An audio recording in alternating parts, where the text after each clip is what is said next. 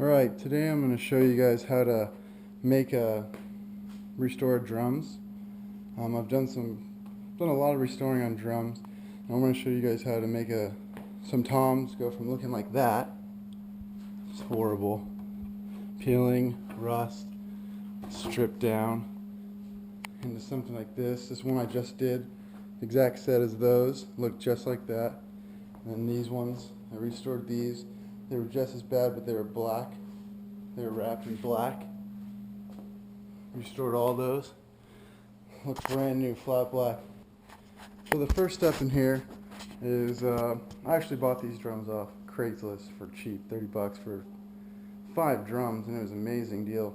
Because once I restore them and redo them, depending on the shells and the type of drum, I can come out ahead on money. So you can make some good money doing this, restoring and reselling.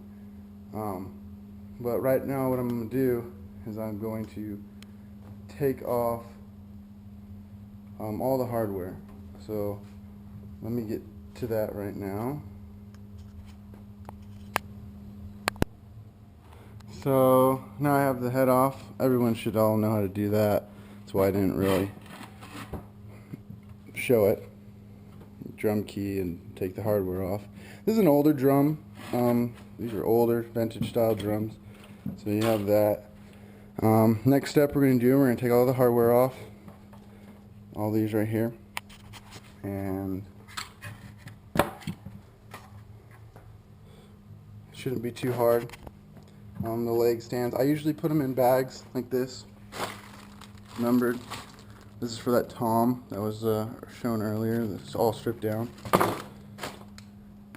And so let me get started on that. I'll pull them all off, and then I will come back and I'll show you what it looks like with nothing on it.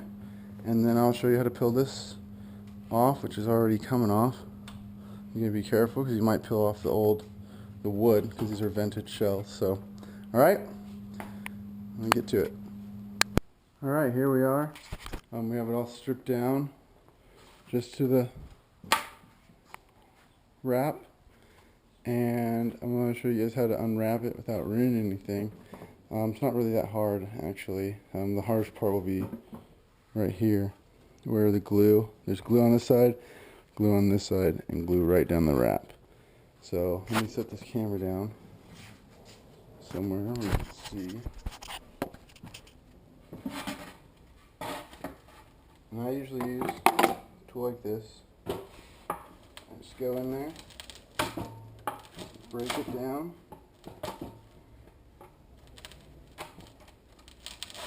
you see, it pulls right up, and there's a film under it, and underneath that film is where the sticky stuff is. So, let me move this up a little.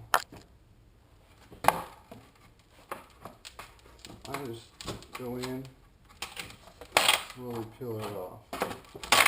Goes around, rips, peels right off.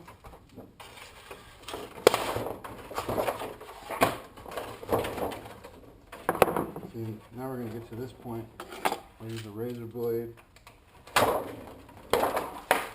Okay.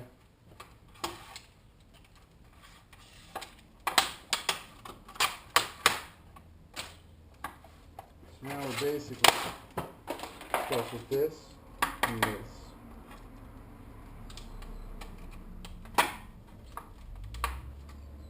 Now it really doesn't matter if you scrape a little bit, because you're going to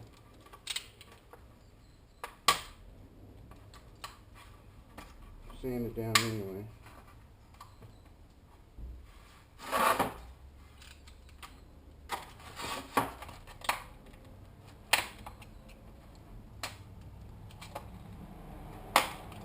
Some of these drums, this one's not one of them, have little clips.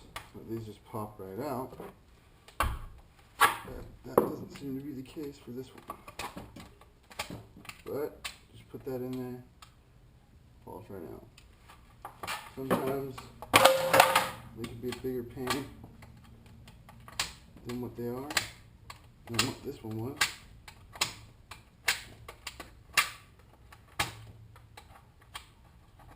Falls right out.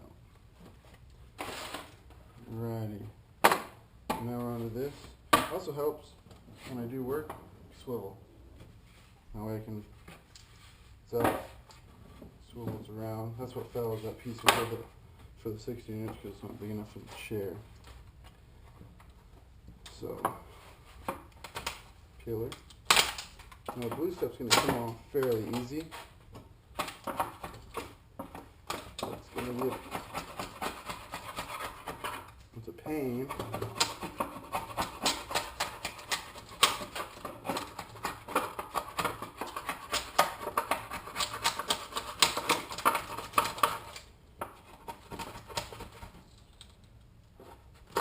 You gotta make sure you're not bringing up the wood with it.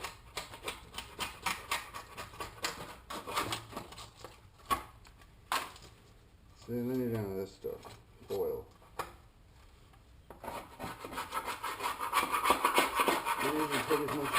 Usually take as much as I can off with this. And then I just let the sander do the rest. 60 grit sandpaper. But that's that. Now I'm going to sand it down with a 60 grit.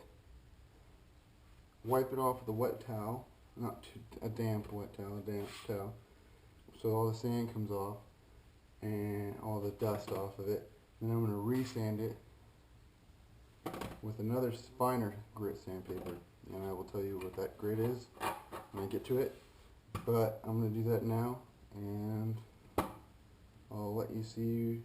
I'll start videotaping again when I finish the 60 grit.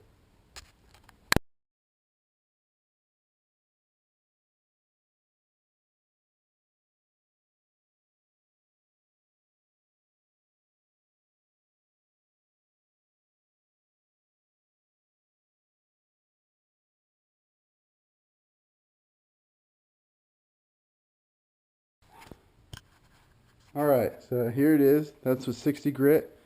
Smoothed her down. She's all nice and smooth, as you can see. Kind of got ahead of myself. Started wiping her down and I forgot that I was doing a video. But now I'm going to wipe her down. Get all that. See, my towel's not really wet, soaked. Just damp enough to get all that sawdust off there, that sand.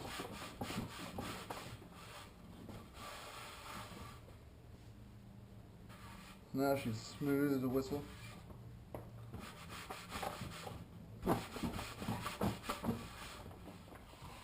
And now, I'm going to primer her, and then we can sand it down with 150 grit. So, let me primer. What I will be using for a primer, let me grab it really quick.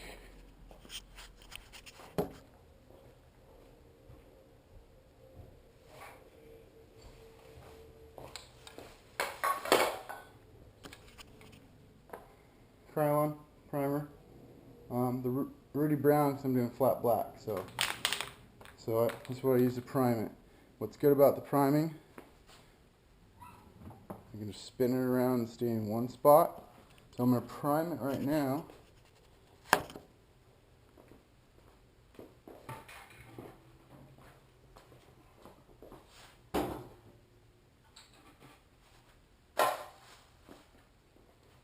Hopefully that's a good view. Probably.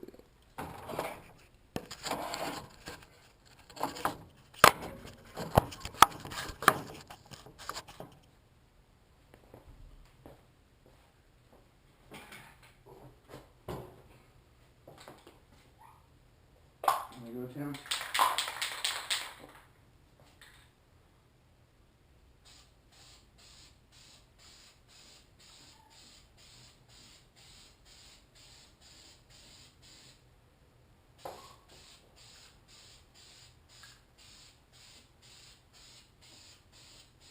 As you can see, I'm doing light strokes. Still see some grain under there for the first coat.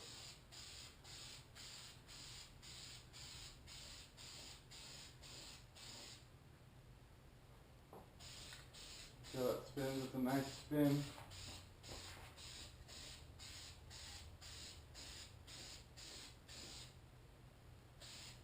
getting overspray, nothing of that sort. So I'm nicely swooping it.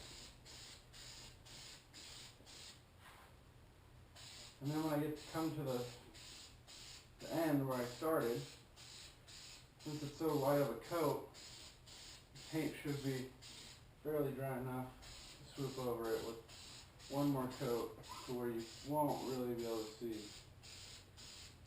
the grain anymore.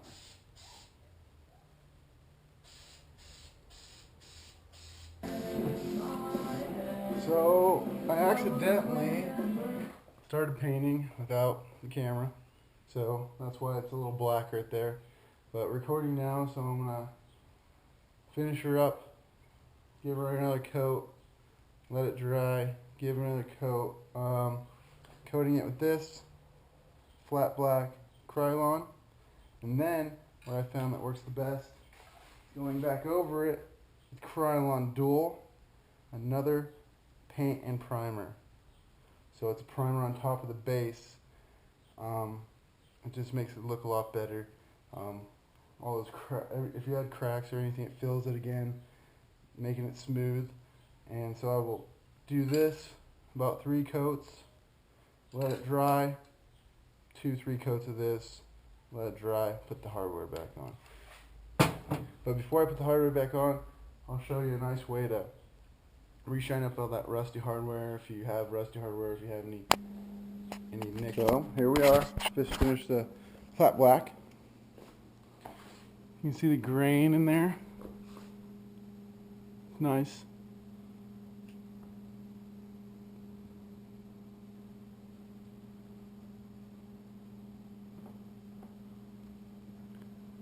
So now I'm going to go ahead and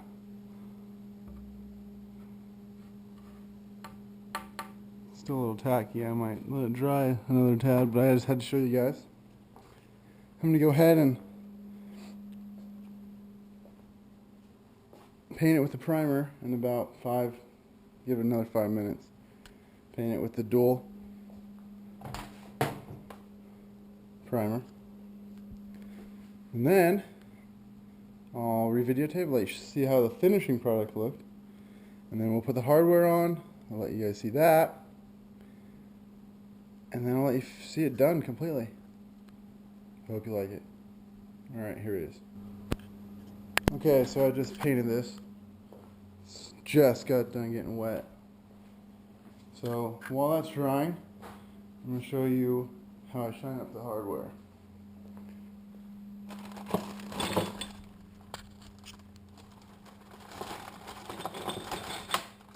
So here's the hardware.